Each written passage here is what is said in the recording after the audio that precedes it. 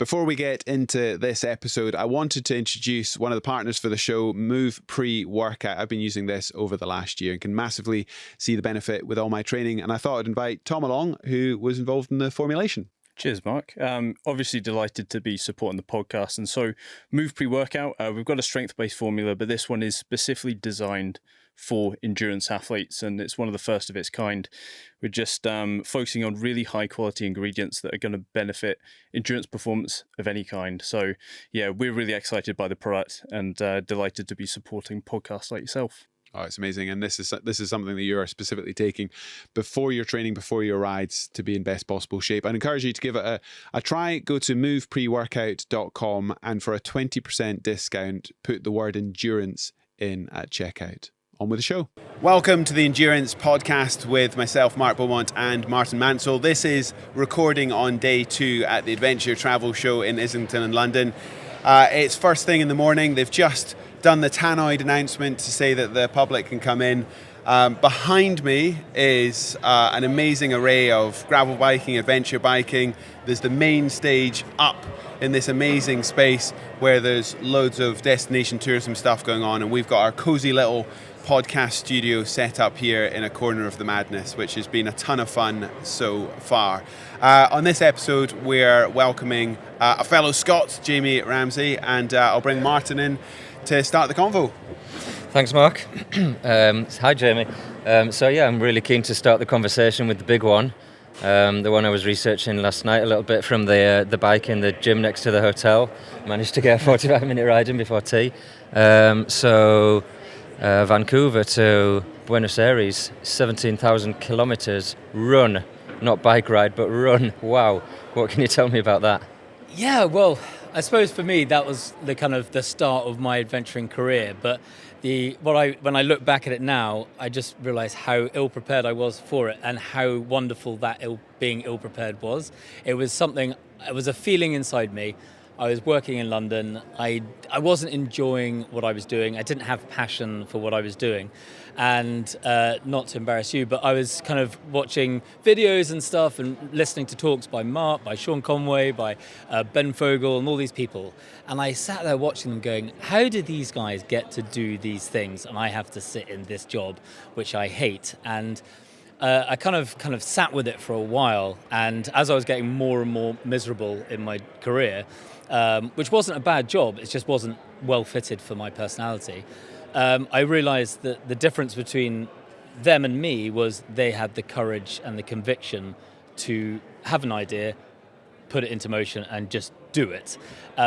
So I can remember there were very clear moments. There was the time when I woke up on the floor in my office after a big night out, and then there was the time at New Year's Eve, and I was like, I need to change my life, and I was like, I'm going to do this thing, and something clicked in my brain, and it was like, this year, and it was 2014, I am going to achieve what I have been dreaming out, which was to go, at that point, it was just to go and do something epic, and I looked at running around the world. It was too expensive, it was too dangerous in my mind, because I'd never done anything really like this. And then I looked at John O'Groats to Cape Town. You can tell I watched Ewan McGregor.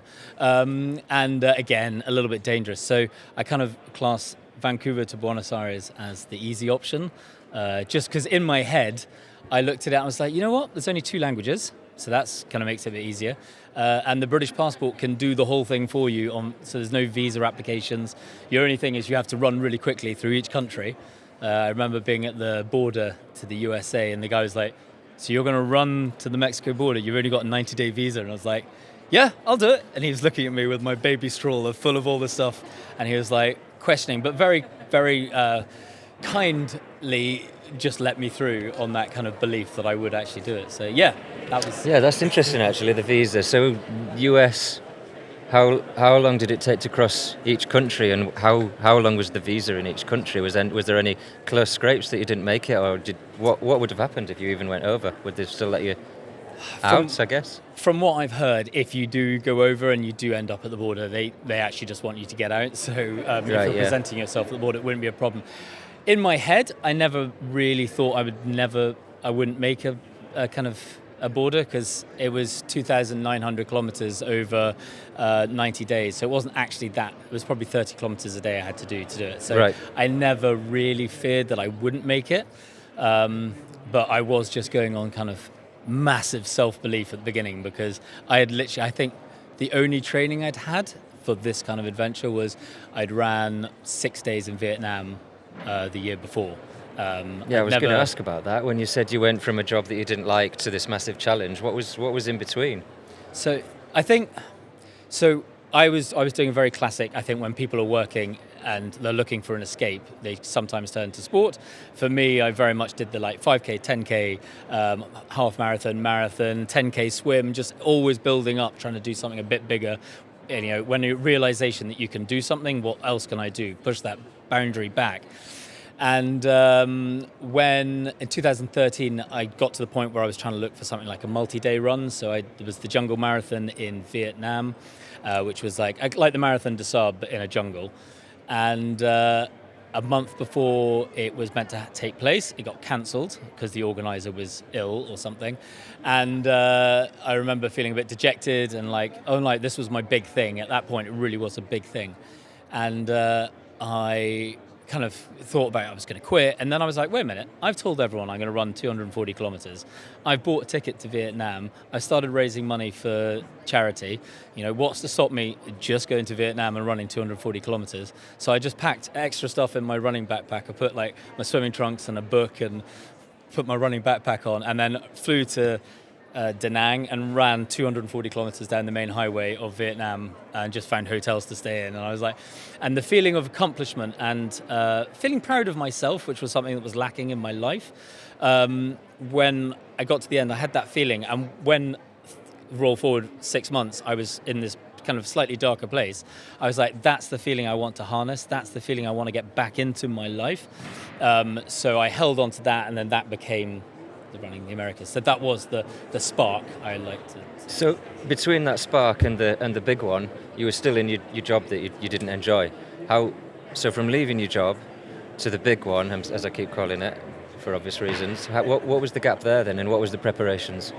I came up with the idea of definitely doing it on New Year's Day, and then I'd love to say I made a heroic quitting of my job, but I didn't. I sat around and it was actually April Fool's Day. My boss came up to me and pulled me aside and said something's wrong, and took me to an office, and I told him I was going to quit. I then had to work out a notice period, and I think it was the 28th of July I left my job, and the 14th of August I started running from Vancouver. So I literally in my mind I had a running buggy which I shoved what I thought in it, and there wasn't really anything else you could really plan. What else was going to stop me? I'd heard so many people go, I didn't have enough money. I had enough money to get me to Panama, I think. But I had heard so many people going, I'm going to do this thing, and then come up with an excuse like, oh, I didn't have enough money, or I didn't have this. And it's like, but why didn't you just start?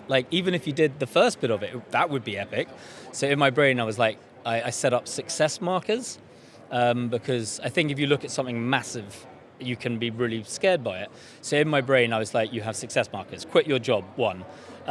Get to the start line, 2. Run the length of the USA, 3. Get to Panama, 4. Get to Buenos Aires, 5. They are your success markers. And at any point, if you pull out, fail, and you hit one of those markers, you can be proud of yourself because you achieved something you set out to do. And you may not have done it all, but you did it. And so I used that as when I was starting. I was like, yeah, I'm just going to I'll run the USA first, and then I'll run the... So Panama, then, one of the big success markers. Was there a point you got to Panama and you thought, I've done that now, I'm absolutely destroyed, I've done one of my biggest success ones. How close were you to packing in? Was it 50-50 or no chance? Or never at any point of the whole adventure did I think about quitting. I had a mantra in my head which was, you made a decision to be here because you didn't want to be there, so you put yourself here. If you quit, you go back there. That's the option, so you keep going. There were times when I had to deal with kind of mental battles where, especially when I ran got to San Diego, and I went for a walk because I'd run the length of the USA, and I was like, where's that feeling? There's meant to be some big feeling of like, Yeah. whoa, I've done this thing. And I'm like, I'm not feeling it. And I think it was on going through that in my brain, I worked out that it's the completion, and I should have held on to it more, but the completion is not where the satisfaction comes from. It's the day-to-day. The day-to-day is the enjoyment. That's where you get your little enjoyment, your little kick every single day. So I had to like channel my focus into enjoying the day and pushing. And for me, enjoyment comes from pushing myself a bit further. How much further can I run? What weird place can I sleep in? What weird food can I eat? Which people can I meet? And that became my focus, I think, from Mexico onwards. So, And what was the weirdest food you ate? iguana. Right. Yeah, and it's really boring because it does taste like chicken. Okay. But it also has the texture of fish, so it's like a weird. You think you're eating fish, but you're actually eating like iguana. But it's Well, like, neither of them on their own really taste of anything, do they? No. Chicken or fish. So- Unless you put some It was sauce in on a it or lovely some seasoning. Now, I was in a restaurant. I just pulled over to the side of the road, and they said, "Do you want chicken?" And I was like, "Yeah, but what's in that pot?" And they kind of looked around, so I don't know how legal it was. And he opened the pot up, went iguana, and I was like, "Yeah, I'll have some of that." So had that. So Wait, which country were you in? Mexico. I remember having one of the when I did the Americas, one of the scenes that the BBC cut was eating guinea pig in yes. Peru because cuyu. Yeah. And I stopped. I was just cycling down the road and I saw a guinea pig farm at the side of the road, and I went in, and I'm not going to sort of torment our listeners and viewers with the sounds of thousands of guinea pigs, but they were like, "Which ones do you want for lunch?" So I filmed the whole sequence. I chose them. They prepared them in front of me, and I filmed the whole thing. And then I sat at the side of the road and had my kuyu. And the BBC said, we can't show this to a British audience. They're not ready for this. They were like, it's amazing that you filmed the whole thing, and good on you. I mean, I grew up on a farm. It doesn't bother me that much. I'm quite used to preparing my own food, but I do remember them going, we can't show this. Well, so I had roasted guinea pig as well, and quite funny, I did a talk at a school in Scotland last year, and it was aged 4 to 8-year-olds, and I said to the head teacher, I went, "There's a photo of a roasted guinea pig, can I show it?" And he went, "Oh yeah, go ahead, we'll deal with the trauma later." And I was like, all right, and the kids loved it. They were just like, "Oh my God, did they? guinea pig!" Oh, really? Oh, they Traumatised. absolutely I loved think it. kids are tougher than we think. Oh yeah, they We- absolutely we- thought it was the best thing of the whole presentation was that there was a roasted guinea pig in it. So The other thing that was fun in South America was the thing that you get very good at in a foreign language is ordering food. Yeah. And then thinking you're ordering one thing and getting another. Another Peru story for me was I was helpfully translating what I thought they were giving me, which was a liquid blend. It was basically a seafood smoothie of like uncooked fish and seafood. And I thought she was saying it was good for your health and your vitality. She was saying it was good for your virality. And it was like the Peruvian sex thing that they gave men that were struggling to get it up. And so they... I'm sitting there like telling the camera, and of course then they put the subtitles on the screen saying what she's actually saying, and it was disgusting. I have to say, one of the things I do love is Mark and I ate at the same restaurant. Oh, where? Was that Clemente with the book? Clemente, the Angel of the Desert. Yeah. The Sechura Desert in Peru. And I was got there, and there's a lovely guy, and he invites in travelers, and he gives them a free bed and a free meal, and then he likes to talk to you about your stuff and maybe more about his stuff. But he has a whole book, and I went through it, and I was like, "Oh my God, Mark Beaumont's been here as well." I was like, "Wow, he was organised. He had a business card and." Clicked in, and it was like, yeah. So I started looking at every time there was a book. I was like, can I find Mark again? But I guess there's not a lot of restaurants around there. no, it's in the middle of absolutely nowhere. And it was really good. I remember it absolutely well. I know what I ate, and I just had such a lovely time there. But I think when you are doing these big things, when you get someone just showing you a little bit of kindness and taking you in and like taking your mind slightly off what you're doing, and adding a bit of normality, it recharges your battery. So. No, for sure. I don't want to get stuck on the switch from one career to another. I just want to ask one more question, because I think for a lot of listeners and viewers, we're not encouraging everyone to change what they do wholesale and become a full-time adventurer. But I think that idea of having the quiet confidence to do something in your life that you haven't prioritized is quite important to talk about. You weren't failing at your job. You'd made partner. You were doing well. Like you'd had a solid 12-year career. You could have kept doing that. You made the conscious decision not to. It's interesting the way you phrased it a minute ago, because you basically said your boss pulled you into the office. So, I mean, there was obviously enough telltales going on in your life that you hadn't quite said out loud, but you'd said something. And you know, that prioritizing your life, you've clearly become very good at it. You're now sort of saying, right, what am I going to do next? I'd encourage people to look at Jamie's website. It's really well categorized, and you do something that I do, which is you sort of punctuate time. You sort of say, you know, this is what happened this year. I mean, your website is set out as, you know, the running stuff, the cycling stuff, the mountain stuff, the other fun stuff, and this idea of sort of punctuating time, which with stuff that's meaningful. And not just sort of drifting, not just letting time sort of, exist. That's interesting for me, because I think everyone, it doesn't matter how happy or unhappy they are, it is just about time at the end of the day and how you use that time. So I just wondered if there was anything else worth saying on that before we cover some other adventures. So a couple of things. One thing I think is there's very much the solo thing of like, I didn't like my job, but what I really noticed was I was unhappy, which was making the people around me unhappy. And I think some people feel a lot of pressure on themselves that they have to do something to make money to provide for the people around them. Where sometimes if you're actually doing something you're passionate about, and you're making enough money, but you're a more contented, happy person, then the people around you are more contented and happy, and it makes a better place for everyone to live. And I found that I was probably in a negative place, which just wasn't good for anyone. I wasn't toxic, but I could see that I wasn't the person I could be. So making that change was, for me, quite important. And I think another thing, if people are thinking about doing something big, coming to something like this, I think, is really reinforces that kind of, you walk around and you see people who have done it and you see how it's capable. And I have all these little ideas that I'd like to do, and you come here and all these people had little ideas. They wanted to start a travel company, they wanted to do an adventure, they wanted to create a product, and they did it. And it's by coming and seeing people doing it, I think, gives you that extra little bit of energy to actually put your own little things into motion, which is quite important. I love that. So, I mean, and I don't want anyone to listen to the Endurance podcast and think, well, those guys have it sorted out. In 2025, now just gone, I made a big career change, very big career change, and what you've just said really resonates. My wife would play that back to me and say, you're a better person because you made that hard decision. So it's not necessarily about, the bank balance. It's absolutely about how you spend your time and how you show up. And that's a really important thought. Right, let's get on with some more adventures. Where should we go next? There's so many to go to, and we've had guests who, there's a bias to cycling on the pod for obvious reasons, but today we're going to have ultra swimmers on, we've got mountaineers on, there's all sorts. You've kind of done it all, so I'm not sure where you want to go next with the conversation. Well, again, last night on the bike in the gym, as I was looking at your website and your YouTube channel and everything, something else that caught my eye was this massive salt plain.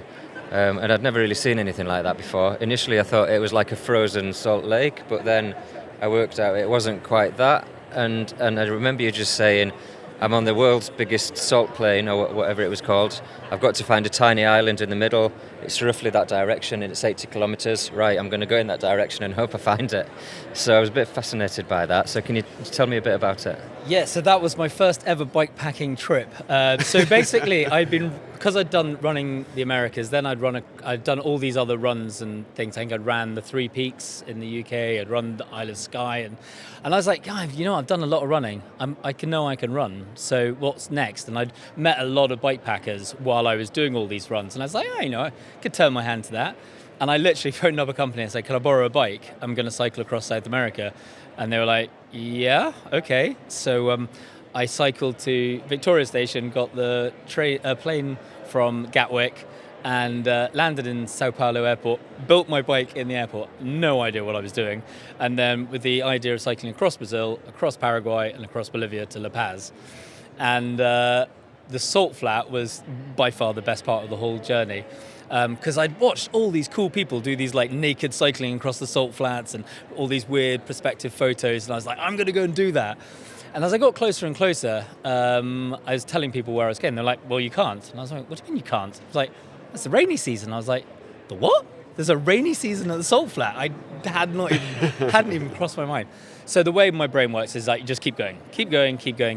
There's no definitive no until you can't actually carry on.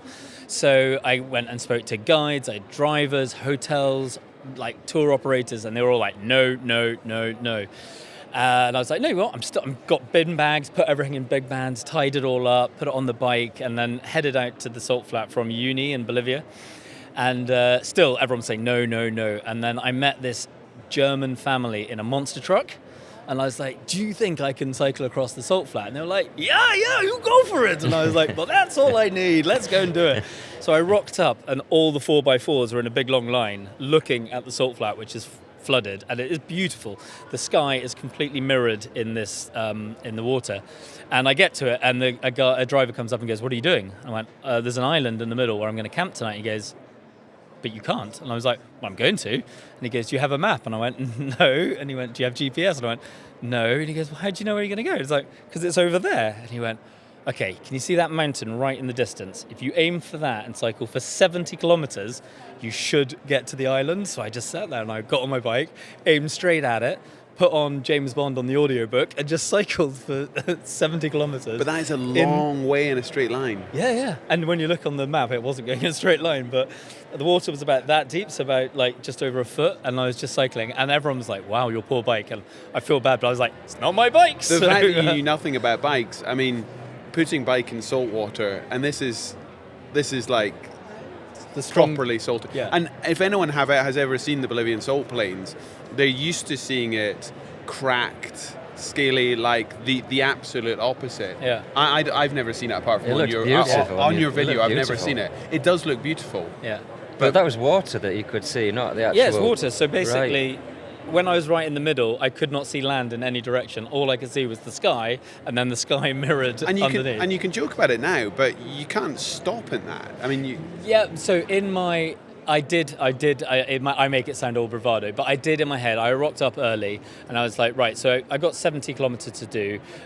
In these conditions, I'm probably going to make about 10, 15 kilometers an hour, because I don't want to like splash up too much water and all this. So if I am feeling uneasy at a certain time, I will turn around and come back, because I have a point to come back to. Sure, but there's the point of no return, where you've gone further than Yeah. In the end, I arrived at the island. There was a little old lady, and she was like, where did you come from? And I was like, I cycled. And she was like, no. And then the first question was like, do you have a beer? And she was like, yeah. And she gave me beer, and my legs were covered in crystalled salt. I had the best night ever. Ran around. I have a video on you probably saw it, of me dancing, of like the happiness of what I was doing. So yeah, that was on that trip. That was one of the greatest moments. How big's the island, though? If just trying to get my head around it. So it was 80 kilometers to get there to this island, no bigger than probably this hall, perhaps. Yeah. How many people were there? How did they live? Where did they get the food from? There were like 4 or 5 people. It's a tourist destination in the dry season, so I think they make their money then. There are buses that cross the Salt Flat in the wet season. They don't go to that island. But yeah, I don't know. The island was probably 2-3 sizes of a football pitch. So yeah, it was lucky I got there. But quite easy to miss. Quite easy to miss. But at that point, I'd run across 14 countries. I have a self-belief that if I get into a crisis situation, I have the endurance that I will keep going. And so that bit about, this is actually something that came up quite a lot in Jenny Graham's podcast episode. How much do you plan, and how much are you comfortable with not knowing? And a lot of people don't do adventure and don't do endurance. Like the idea of a century or a double century is such a psychological milestone that when you get there, you just think, well, it's just another mile. But of course, these are real milestones. Somebody will say, oh, no, I'm a half marathon runner, not a marathon runner. And people say, well, a marathon's 3 times as hard as a half marathon. And all these sort of metrics around difficulty and length. And how do you, apart from just saying, well, just go and do it and build your comfort zone, how do you help people build that quiet confidence to be okay not knowing everything? Because I genuinely think for everyone who comes to me and says, I want to do X, it's not actually the finances. It's often the quiet confidence just to go, I don't know everything, and that's okay. Yeah. And we're never going to encourage people to do things where they're completely out of their depth, but you've also got to be uncomfortable. You've got to be comfortable with the idea that it's not going to be perfect. Quite a lot of our lives and everything else that we do, should be sort of perfectly organised and in control. But adventure and endurance, by definition, has an element of unknown, and that's a hard thing for people to get around in this sort of like, as we strive for perfection. Jenny did it brilliantly, because she's the person who I would look up to the most, who is just brilliantly comfortable with the unknown. I think I'm a bit more of a control freak than she is, and she's just like, I don't know, and that's okay. That some of that can be nature, some of it can be nurture, but I would love to give people some ideas as to where you should be as you sort of set out on anything, because you can sort of glibly say, well, I went 17,000 kilometres and therefore, I've got that sort of in the bank. But you got to start somewhere. You got to start somewhere on that sort of sliding scale. So when you ask about the planning, in all honesty, if I'm doing a massive, no matter what the adventure is, I will have the start point and the end point, and I will pretty much do no planning about what is in between those points, apart from a very rough route, because I do adventuring for the marvel of the world and all this kind of stuff. I do not want to know what's around the corner, because that is, for me, the draw. So I don't want to know there's a waterfall or there's a beautiful city. I want to discover it as it's never been discovered before, kind of thing. So that really helps me going. So I never plan my adventures.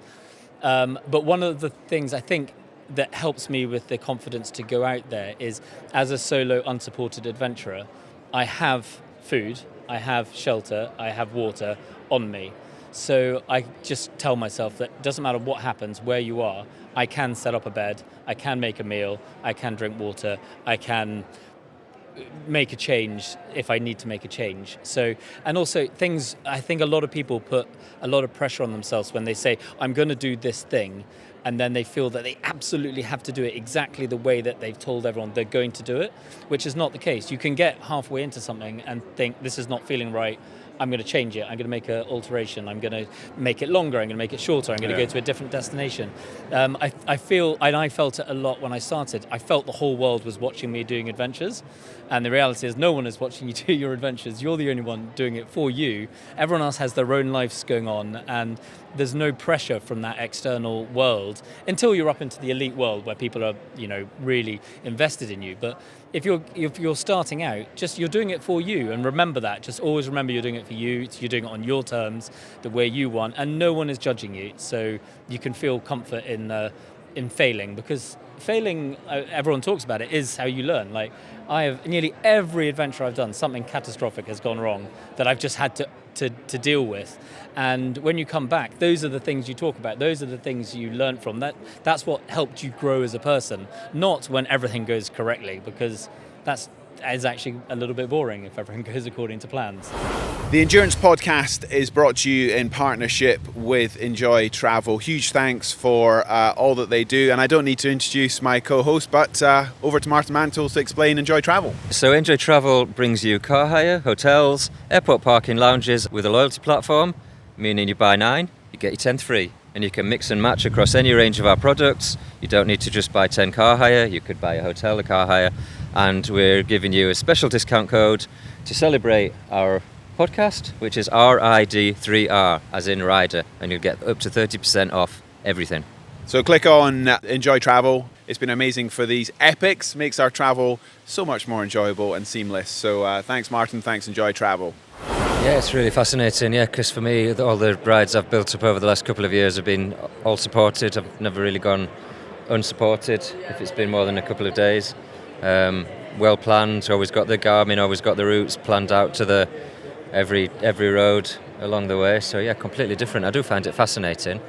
But doing it in a team does have different complications that I've not had to deal with. So, like, you have different personalities. You have the only expedition I've done where it was a team was with Carl Bushby, who's currently walking around the world and has been for 20-something years, I joined him in Mongolia to walk across the steppe with 10 camels, and the person who pulled together the team got 6 or 7 solo adventurers, put us all together, and it was an absolute disaster because we all thought we were right, and we all were like encroaching on each other's space, and the whole thing just fell apart, and it got dangerous in times, and it was wonderful and it was great fun, but it was just got people with the wrong mindsets together to achieve something. So I think there are solo adventurers and there are team adventurers, and the people that can flip between the two have got are very blessed to be able to do that, because I was interested in that because you have done a wider variety of adventures than almost anyone I can imagine, and yet with all of those adventures you've had the same model. You're out there, you're self-sufficient, you're doing it for the journey, you're not doing it for a record. So you've changed the mode of transport, you've changed the place, but you've kept the model. I'm somebody who's done supported, unsupported, solo, team. There's points in my life where it's been purely about the numbers and the performance, and there's other points in my life where it's been far more about the wanderlust and the adventure of it and the culture and the people and the place. So I'm fascinated by that because you've had an amazing amount of flexibility and broadness to your adventures in a way that I've not, but within a sort of a single sort of model.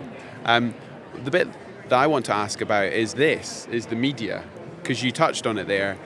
You're going out for wonderfully selfish reasons because you want to take on an adventure, but you are sharing those journeys. You do have a platform.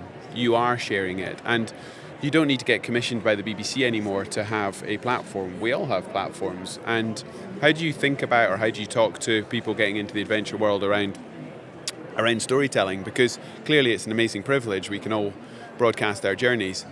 But that bit that you talked about, which is turning the corner and there's an amazing waterfall, or being there and in the moment for yourself, clearly changes. So I don't necessarily want to make that a negative, but just being aware that if you're going to remember why you're doing something in the first place, you've also got that sort of acknowledgement and sort of credit, and for some people financial reward for the storytelling, which clearly sort of fundamentally changes the adventure in the first place. Yeah, the storytelling is difficult. So I do sometimes. So cycling across America, I didn't record it. I did that for me. I pay for all my own adventures, so I feel like I'm the artistic director on all of these. So if I want to film them, I film them.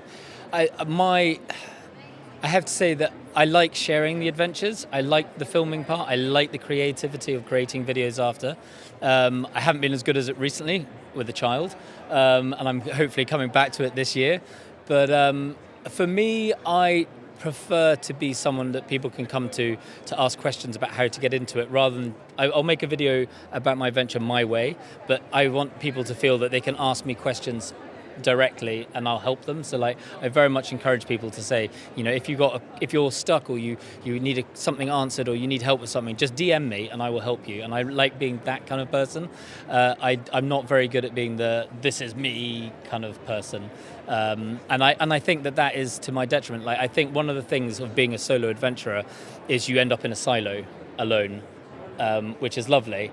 But actually the community aspect of adventuring, which is lovely, I feel I may have missed out a bit because of that. So, I'm not massively into the communities around the sports I do because I've flitted from one to the other. But you're very into the communities that you're passing through on the journeys. Oh, on the trips, yes. Because if you're with company, it completely changes the interaction between you and the people you meet. If I think of Africa solo, that interface between, where am I going to sleep tonight, who am I going to, if I was traveling with you the length of Africa, that completely changes the way people meet me and how vulnerable I am in that situation. And actually that vulnerability is wonderful because it makes you open. Whereas when you're in groups of people, people receive you differently and you show up differently. Yeah, and I have some of the most wonderful moments, I think, when you're traveling is when you're alone and people come to you and ask you how you are, like how you're feeling and and then take you off and show you different things, which again you wouldn't do if you were in a group. But it's difficult because I do think some of the most magical moments I had was traveling with the girl in Mongolia. She was a local girl with Carl Bushby. She took us into communities, which if I'd been a solo traveller, I wouldn't have got. It was that connection to her in our adventuring group that brought us to a side of a country that I would never have seen if I had just been running across it or cycling across it. So I think it's very difficult to you can't plan how deeply you go into a community when you're on a solo adventure or in a... And how people react to what you're doing is always a fun one as well, because, you know, to your point, people are going around their busy everyday lives. You suddenly pop up and you're pushing your running, what do you call it? Running buggy? Running buggy, yeah. Running buggy. And they're like, well, where did you come from? And I remember being in Texas and people going, well, where did you come from? And I was like, oh, I started in Paris. And they were like, Paris, Texas? And I was like, yes, Paris, Texas. you know, because it's just almost too much to explain. And because this whole idea of what you're actually doing and the scale of it is such a... And what I always find interesting is different communities react differently. So if you're up in the Yukon or some really wilderness parts, people never question your adventure, because everyone in these more remote parts is kind of quite entrepreneurial and living their own journey. Whereas you then get to more sort of metropolitan parts and you say that you're doing this and people go, there's this otherness about it, like you're crazy and, you know, oh my God, and like there's this sense that is just absolutely out there, and I always find it quite interesting where you get the acceptance around the adventure is often in more smaller, more remote communities where people are more used to just sort of ploughing their own furrow. Then the more you come into cities, the more people sort of say, are you in that category or that category or that category? And I may be being too sort of too binary about it, but I always found I had to explain myself more in the busier, more built-up places, where in the rural communities, people were like, yeah, just do your thing. Yeah, and I think also people in rural communities, their lives are more challenging and they're pushing things. So what we're doing doesn't really seem that big a deal. When you get to the big metropolitan areas, they're the people who are maybe looking out at adventure as a way of a release and wishing they could be doing it, and they become more interested in it. And I actually find it sometimes quite difficult, because you're like, I just want to crack on, and you've got these people trying to help you too much, and you're like, it's really kind, but I've actually got to get here and I've got to do this, and so I kind of find it a bit difficult. I love just when you turn up somewhere really in the middle of nowhere and someone will just make you some food and say sleep in the shed, and you just do it, and you kind of I got a bit found it hard in America because I used warm showers. And every time I get there, I get asked the same 40 questions every night. And it was actually, I've run a marathon today, pushing a baby stroller through steering heat. I don't want to answer the same questions every day. And it became quite a difficult thing for me to deal with. Like, people were trying to be kind and interested, and I was trying to focus and recover to get on to the next day. And so I've always found the relationship with people quite an interesting one and quite a difficult one, because I'm a little bit introverted.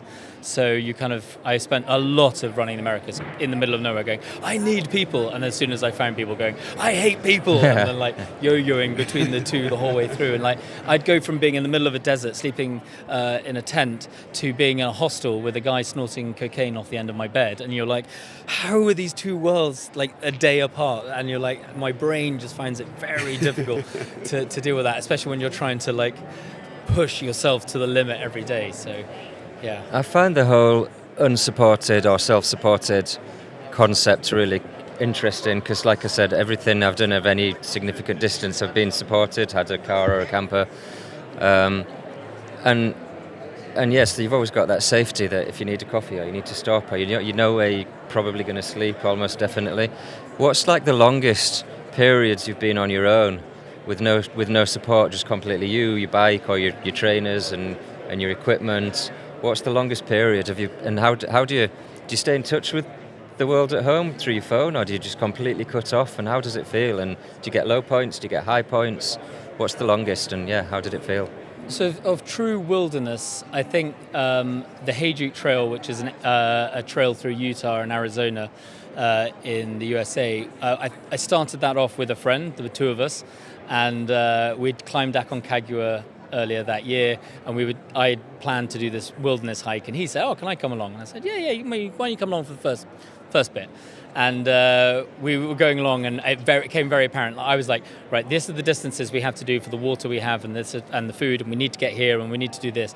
And we were getting up later and later and stopping earlier and earlier, and I was like, this is not working. And he was like, I just want to spend time in nature. And I was like, after I was there for 36 days. After 14 days, we were like, enough is enough. We had a massive blowout, and we were like, we can't carry on like this. And I was like, the next day you are off. And he left the next day, still as friends, but we were just like, we can't thing.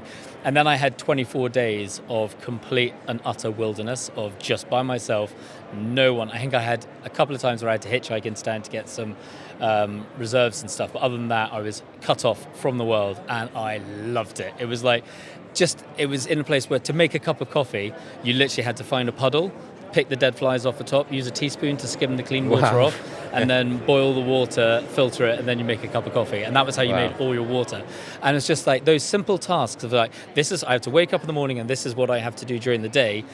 That's what I did. And I absolutely, the freedom of it, and the removal of clutter and of noise and of everything, and of just basically focusing on survival, I would say is one of the most wonderful, and it was difficult. I watched the videos back, and there's times when I'm properly breaking down, but I still look back at it as one of the most positive times of my life. But you'd stay in touch with people through your iPhone, right? Or none of that? Or a little bit? Or if I have to. I'm not very good at keeping in contact with people when I'm in, when I have signals. So when I'm away, I try to be cut away completely. Because it's one of the weird questions I always get asked is, you must have, or not question, but comment is, you must have amazing mental strength to be able to do the things you do. And the weird thing for me is I think about it, and it's like, no, those are the things I can understand, like doing massive adventures and going out every day and like cycling or running or mountaineering in it. Like, this is what I have to do each day to get to the end and to be happy and survive. And I find this life difficult. So everyone's like, oh my God, you're amazing because you did this thing. It's like, yeah, but you're amazing because you live in this world and you have it together, and you've managed to deal with insurance and pensions and your job and childcare and, the 40 million things you have to do every single day. Maybe like my adventure is my escape from this world, because I'm still working out how to live in this world. I love that. I recognize so much of that, because there's an assumption when you go away on a big trip that is the hardship. Oh, it's the easy. That's the fun bit. I often get asked, do you get lonely and do you get bored?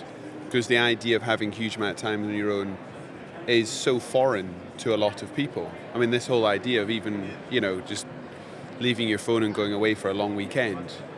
Yeah. And we don't need to go back that long, 15 years, and that would be completely normal. My daughter this morning, age 12, headed off on her first overseas trip for a week without us.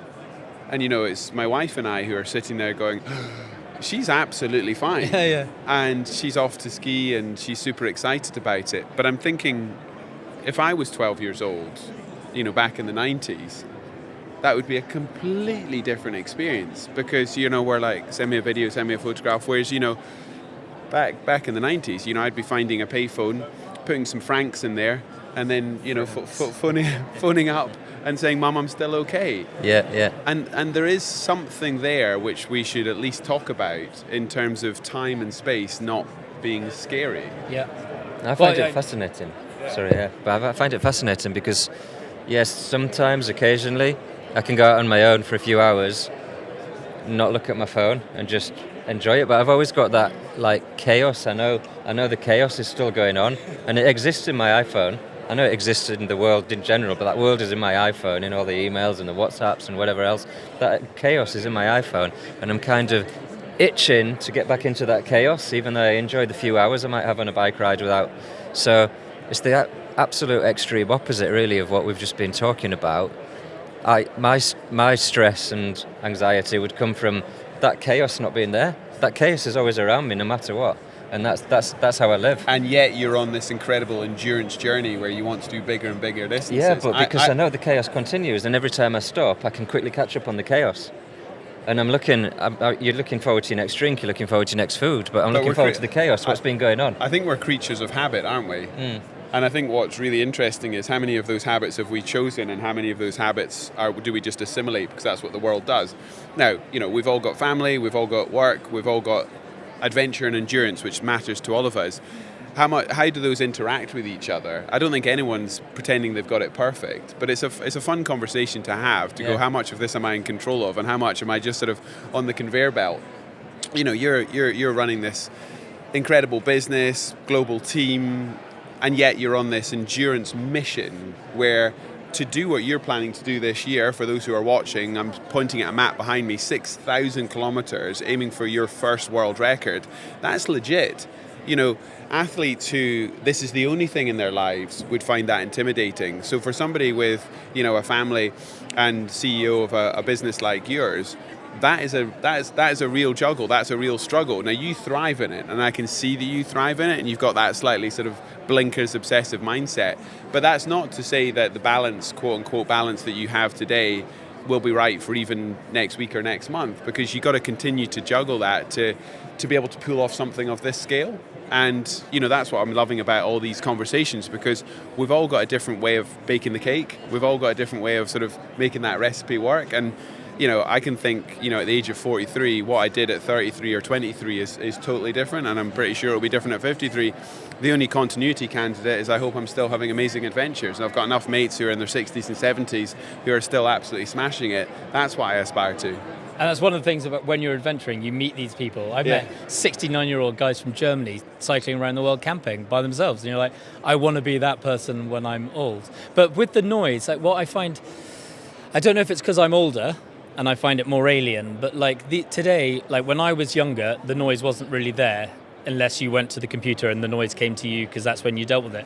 We now carry the noise in our pocket. Exactly. And there's no way of getting rid of it. We now sleep with it next to our heads. We want this frenetic, everyone wants this, and they want to feel important, they want to feel loved, they want to feel thing. And I'm like, that's a lot of stress for your body to carry all day, every day. And is your endurance adventuring for what you're doing? Is it a release from this, or is it a tonic to it, or is it adding to it? I don't know. Are you wanting more noise? Are you wanting more? That's a good question, isn't it? I love our mixing metaphors. We've got cakes, we've got tonics, we've got.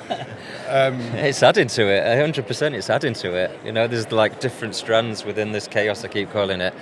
It's adding to it, but it's a whole new dimension. Is it adding to it? Does it make you a better family person and CEO? Does it give you clarity, time on the bike? Does it give you thinking time, physical I like to fitness? think all those things you just said, yeah. So maybe it's not just additive. Maybe it's sort of multiplying and sort of making you a better dad, making you a better CEO. Yeah, I believe seeing, as a father, or a parent, if your kids are seeing you doing something like this and the work that goes into it, it must be a huge inspiration for them. And that's tough, though. I'll call you out on that, because I think younger kids, I used to tell myself that cycling around the world and the length of Africa was some great sort of crusade and inspiration for the kids, and wouldn't this be wonderful? And I suddenly realised that Harriet had a really negative relationship with the bike, and I didn't understand it. And she correlated the bike with Daddy going away. Right. And she doesn't care that you're writing books and making documentaries and breaking records. She just wants you to read a bedtime story. And so I think as adults and as parents, we're very good at sort of creating a narrative that suits how you're prioritizing your life, as opposed to necessarily how your kids or your employees see what you're doing. So I'm just about to start a new adventure. You can't say that. Now I'm feeling guilty. But you know what I mean? Harriet's a little bit older now. She's 12. She's been listening to some of my books on audiobook, and I think she's now old enough to start to really understand it, and she's proud of it, and it's become something important to her. But when she was 6, 7, 8, no, none of that. She's got no concept of cycling around the world. It just means Daddy's not there. You've got what? Now 2 year guilt old is seeping in. No, I have to say that's why. So all my adventures in the past have been massive in foreign countries. My next one is going to be 2 weeks in the UK. So I'm trying to continue it, but also be the dad who reads the story every night. Kind of thing, so. And what's your next adventure? Can you share it? Yeah, I might as well, because if I tell people about it, then I have to do it. It's a kind of...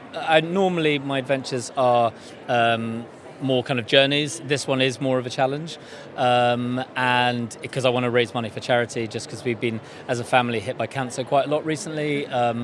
So the idea at the moment, still working on it, is I want to marry. But of all the adventuring I've done, I've distilled it down to I love bike packing and I love fast packing.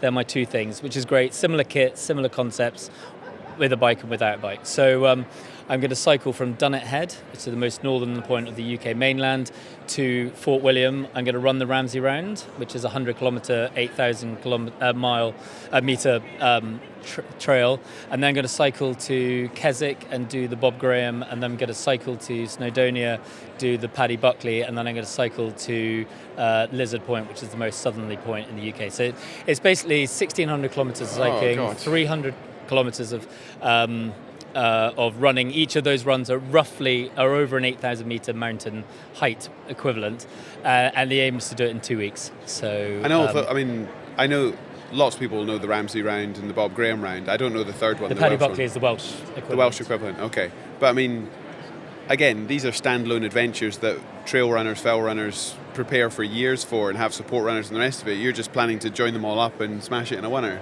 And do it solo and unsupported. I was going to sort of invite ourselves along, but I know you wouldn't want that. So it actually, because I do love the inspiring. So if you want to come along, I'm basically telling people that they can follow me and they can come and join. But the one rule is we go at my speed. Will you have support runners? No, so I'm not doing the Bob Graham. I'm doing the routes. You're not doing the 24 hours. No, so I'm basically I've budgeted it in 2 days for each of the rounds, and then cycling 200 to 300 kilometres a day. Amazing. Do more amazing adventures in Scotland. Yeah, well, Scotland is the best place to adventure. Well, of course. You would have travelled around the world going, this looks a lot like Scotland. Yeah, exactly. Well, I'm speaking to a Scottish Adventurer of the Year. That's an accolade, and I've never had. When I saw that on your CV, I thought, who gives those out? Yeah, well, it was it was 2016. I got awarded it in Glasgow.